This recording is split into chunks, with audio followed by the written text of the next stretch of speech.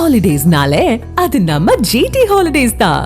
GT holidays, south India's #1 travel brand.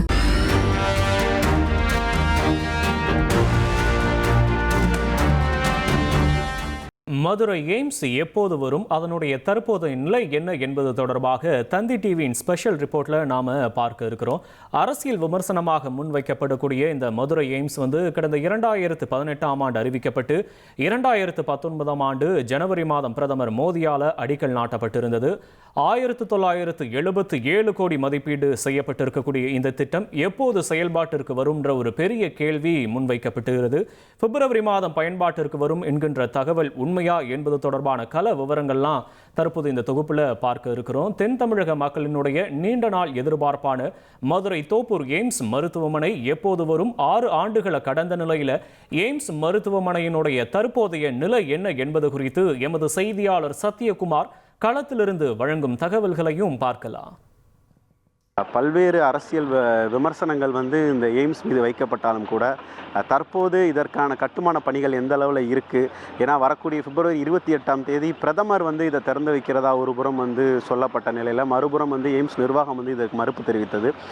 தற்போது இந்த Madurai AIIMS இதோட நிலைமை என்ன, இது குறித்து விரிவான விவரங்களை நம்ம இதற்கான சம்பந்தப்பட்ட அதிகாரிகள் அது தொடர்ந்து இது மட்டும் இல்லாமல் இந்த அரசியல் சர்ச்சைகள் எழுந்த காரணத்தால் இந்த திருப்பரங்குன்றம் தொகுதி இருக்கக்கூடிய விருதுநகர் பாராளுமன்றம் அதனுடைய அந்த உறுப்பினர் எம்பி மாணிக்கம் தாகூர் கிட்டையும், அதை தொடர்ந்து இந்த திருப்பரங்குன்றம் தொகுதியினுடைய சட்டமன்ற உறுப்பினர் அதிமுகவுடைய சட்டமன்ற உறுப்பினர் ராஜன் செல்லப்பா, ஏன்னா அவர் நேரடியாக களத்திலேயே என்ன நடக்குது, இந்த பணிகள் எவ்வளோ நிறைவடைந்திருக்குன்னு சொல்லி கேட்டு அவர் அறிஞ்சிருந்திருக்காரு. ஸோ இவங்க 2 பேர்கிட்டையுமே நம்ம தற்போது இந்த மதுரை எய்ம்ஸ் எந்த சூழலில் இருக்குது, எந்த அளவுக்கு இருக்குது, மக்கள் பயன்பாட்டிற்கு இது முழுமையாக எப்போது வரும் என்பதை முழுமையாக நாம் இது குறித்த விவரங்களை தற்போது கேட்டு பெறலாம். 2019 தேர்தலுக்கு முன்னாடி மார்ச் மாதத்தில் அடிக்கல் நாட்டி பிரதமர் இதுக்காக அடிக்கல் நாட்டினார். அப்பொழுதே அவர்கள் இடத்தை தேர்ந்தெடுக்கலை.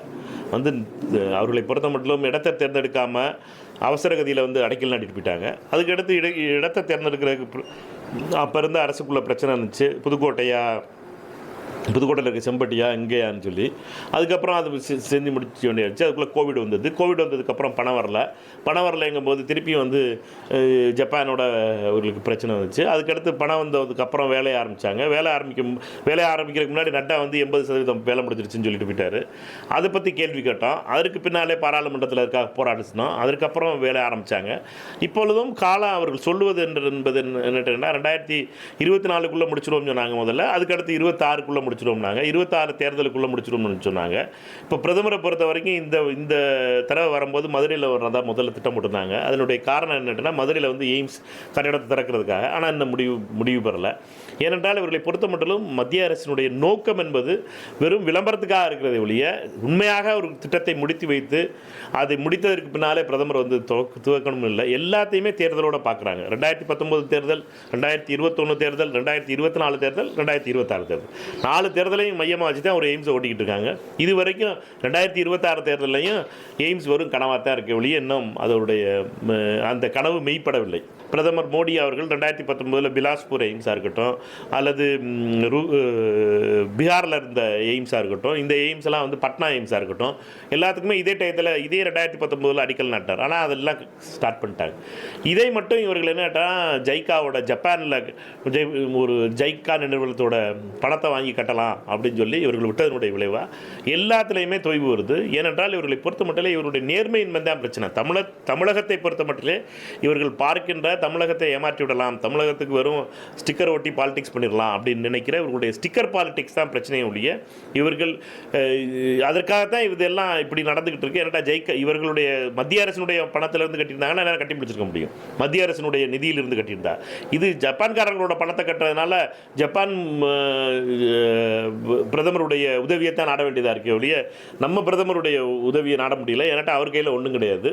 இந்த பணம் ஜப்பான்லேருந்து வந்திருக்க வேணாம். இப்போ பணம் வந்ததுக்கு அப்புறமா அதை கட்ட முடியாமல், அதை சரியாக பார்க்க முடியாமல் இவர்கள் செய்கின்ற இந்த குளறுபடிகள் தான் மதுரையை மீண்டும் மீண்டும் வஞ்சிப்பதற்கான ஒரு வாய்ப்பாக அமைகிறது. தொடர்ந்து வலியுறுத்துவோம். இந்த தடவை குடியரசுத் தலைவருடைய உரையிலும் அதை சேர்க்க வேண்டும் என்பதற்காக நோட்டீஸ் கொடுப்போம்.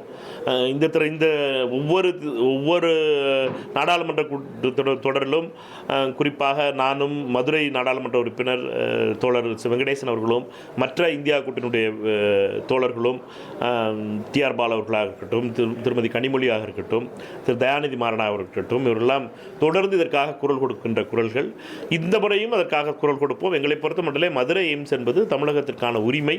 இந்த உரிமையை பெறுவதற்காக தொடர்ந்து இதற்காக வலியுறுத்துவோம். இந்த கட்டுமான பணி தாங்கள் சொல்ல முடியாது ஆரம்பித்து நீண்ட நெடில் ஆனாலும் கூட இந்த பணி பாதுகாப்பாகவும் சிறப்பாகவும் உரிய அனுமதியை பெற வேண்டும் என்ற அடிப்படையிலே தாமதமாக இருப்பது செய்திகளே நம்முடைய அலுவலர்கள் குறிப்பிட்டார்கள். இது மாண்புமிகு பாரத பிரதமரும் அருமையண்ணன் எடப்பாடியார் அவர்களும் தொடங்கி வைத்த ஒரு நல்ல திட்டம். இந்த திட்டம் மக்களுடைய எதிர்பார்க்கிற திட்டம், தமிழகம் முழுவதும் பயன்படுகிற திட்டம். இங்கே வந்து பார்த்தபோது உண்மை நிலைமையை வெளிக்கொணர வேண்டும். ஏன்னா நாங்கள் இது வரைக்கும் அதை வந்து என்னுடைய திருப்போன்றம் தொகுதியில் இந்த எய்ம்ஸ் மருத்துவமனை இருந்தாலும் கூட நாங்கள் இதை வந்து பெரிய ஆய்வு செய்யவில்லை. இப்பொழுது வந்து ஒரு டிஸ்கஷன், ஆய்வு செய்யலை, நாங்கள் வந்து ஒரு டிஸ்கஸ் பண்ணோம். உரிய இயக்குநரோடையும் நம்ம ஏனைய அலுவலரோடையும் எஸ்சியோடையும் அலுவல் பண்ணோம். அந்த அடிப்படையில் இந்த பில்டிங் இப்பொழுது உரிய நிதி பெற்றவுடன் தன்னுடைய பணியை விரைவுபடுத்தி இருக்கிறார்கள். மிகுந்த பாதுகாப்பாகவும் முதற்கட்டமாக மருத்துவ மாணவர்கள் மதுரை மருத்துவ மாணவர்கள் ராமநாதபுரத்தில் படிச்சுட்டு இருக்காங்க. அவங்க 5வது ஆண்டு முடித்து வந்தவுடனே முடிக்கிற தருவாயில் இங்கே விடுதியும் அதற்கான டைனிங் ஹால் போன்றவைகளை முழுமையாக பெற்றுவிட்டு இந்த மார்ச்சில் ஒப்படைப்பதாக சொல்லியிருக்காங்க. ஏறக்குறைய 34 பிரிவுகளாக இதை பிரித்திருக்கிறார்கள். இதில் 5 பிரிவுகளை இப்பொழுது முடித்து கொண்டிருக்கிறார்கள். வேறு 30 பிரிவு, 4 பிரிவு மட்டும் இன்னும் பணியை ஆரம்பிக்கவில்லை. ஏறக்குறைய 21 பில்டிங்கை 11 மாடி கட்டிடம் உட்பட அத்தனை பில்டிங்கும் சிறப்பாக ஒரே நேரத்தில் எல்லா பில்டிங்கும் செய்கிறாங்க. போதிய பணியாளர்கள், போதிய அலுவலர்கள் எல்லாம் வந்து சிறப்பாக செய்து கொண்டிருக்காங்க. ஆகவே இது மிக விரைவிலே ஒரு ஆண்டு முடிகிறது வரையில் இந்த 27 மார்ச் 26 மார்ச் என்பதில் 27 மார்ச்சுக்குள்ளே மேக்சிமம் இது முடிவதற்கான வாய்ப்புகள் இருக்கின்றன. ஆகவே அந்த பணி முழுமையடைந்த பிறகு இது சிறப்பாக தமிழ் மக்களுக்கு, குறிப்பாக மதுரை மாவட்டத்தின் வளர்ச்சிக்கு பயன்படும். இந்த திட்டத்தை பொறுத்த வரைக்கும் எத்தனை விமர்சனம் பண்ணினாலும் திட்டம் மிகச் சரியான திட்டம். இதனுடைய விரிவான திட்ட அறிக்கையில் சில தவறுகள் இருந்திருக்கலாம். இடங்களை ஒதுக்கீடு செய்வதில் அன்றைக்கு இருந்த தமிழ்நாடு அரசு முறையாக ஒதுக்கி இருக்கிறது. 225 ஏக்கர் நிலத்தை ஒதுக்கி இருக்கிறது. அதனை தொடர்ந்து போடுகிற திட்டம் விரிவான திட்டமாக இருக்கிறதுனால மக்கள் பெறுகிறதுனால ஒரு சில பேர் விமர்சனங்கள் எழுவது சகஜம். விமர்சனங்களை பார்த்துவிட்டு அவர்கள் அதை சுதாரித்து கொள்ளணும். அந்த வகையில் தான் இங்கே இருக்கிற அரசாங்கமாக இருந்தாலும் சரி, மற்றவங்களாலும் சரி, தமிழ்நாடு அரசு எந்த அளவுக்கு இதுக்கு ஒத்துழைப்பு கொடுத்தது, எந்த அளவுக்கு இதை முயற்சி எடுத்தது என்பது சொல்ல முடியாது. அந்த 5 வருஷமாக நாங்கள் அதுக்கு முன்னதாக முயற்சி பண்ணோம், எல்லாம் பண்ணோம். இந்த 5 வருஷமாக இவங்க இந்த எய்ம்ஸ் மருத்துவமனை வரக்கூடாது என்ற எண்ணத்தில் இருந்தார்களே தவிர அதை விரைந்து கொண்டு வருவதற்கு அதற்கான வழிவகை செய்ய வேண்டும் என்ற அடிப்படையில், வேண்டுகோள் விடுக்கின்ற அடிப்படையில் இல்லை. அதை ஏளனம் புரிவதும் எள்ளி நகையாடுவதும் மட்டுமே இந்த திமுக அரசுக்கு இருந்தது. ஆனால் இன்றைக்கு அந்த நிலைமை மாறி இந்த பில்டிங் அத்தனை கட்டிடங்களும் விரைவாக உயரப் போகிறதை பார்க்கும்போது நிச்சயமாக இது தமிழகத்துக்கு ஒப்பற்ற திட்டமாக, மிகப்பெரிய திட்டமாக செயல்படுவதற்கு வாய்ப்பு இருக்கிறது. அந்த வாய்ப்பின் அடியில் குறிப்பாக நம்முடைய மதுரை மாவட்டத்துக்குமே இது புகழுக்குரிய இடமாக அமைய இருக்கிறது. இதை சுற்றியுள்ள பகுதிகள் பல்வேறு வளர்ச்சி அடையும். கல்வித்துறையிலும் சரி, உள்கட்டமைப்பிலும் சரி, மருத்துவத்துறையிலும் சரி, இதை சுற்றியுள்ள பகுதிகளும் மிக வளர்ச்சி அடைவதற்கான வாய்ப்புகள் அதிகமாக இருக்கிறது. ஆகவே இதை வரவேற்க கடமைப்பட்டிருக்கிறேன். பல்வேறு சர்ச்சைகள், பல்வேறு அரசியல் விமர்சனங்கள் எழுந்தாலும் கூட மதுரை எய்ம்ஸ் தென்னிந்திய மக்களின் கனவு திட்டம். இது விரைவிலேயே மக்கள் பயன்பாட்டிற்கு வர வேண்டும் என்பதில் யாருக்கும் எந்தவித ஐயப்பாடும் இல்லை. மதுரை தோப்பூரில் எய்ம்ஸ் மருத்துவமனை எப்போது செயல்பாட்டிற்கு வரும்? அரசியல் ரீதியாக மதுரை எய்ம்ஸ் சந்தித்து வரும் விமர்சனங்களுடன் அதற்கான விடை என்ன போன்ற பல்வேறு கேள்விகளுக்கான விடையை எமது செய்தியாளர் சத்யகுமார் களத்திலிருந்து வழங்க பார்த்தோம்.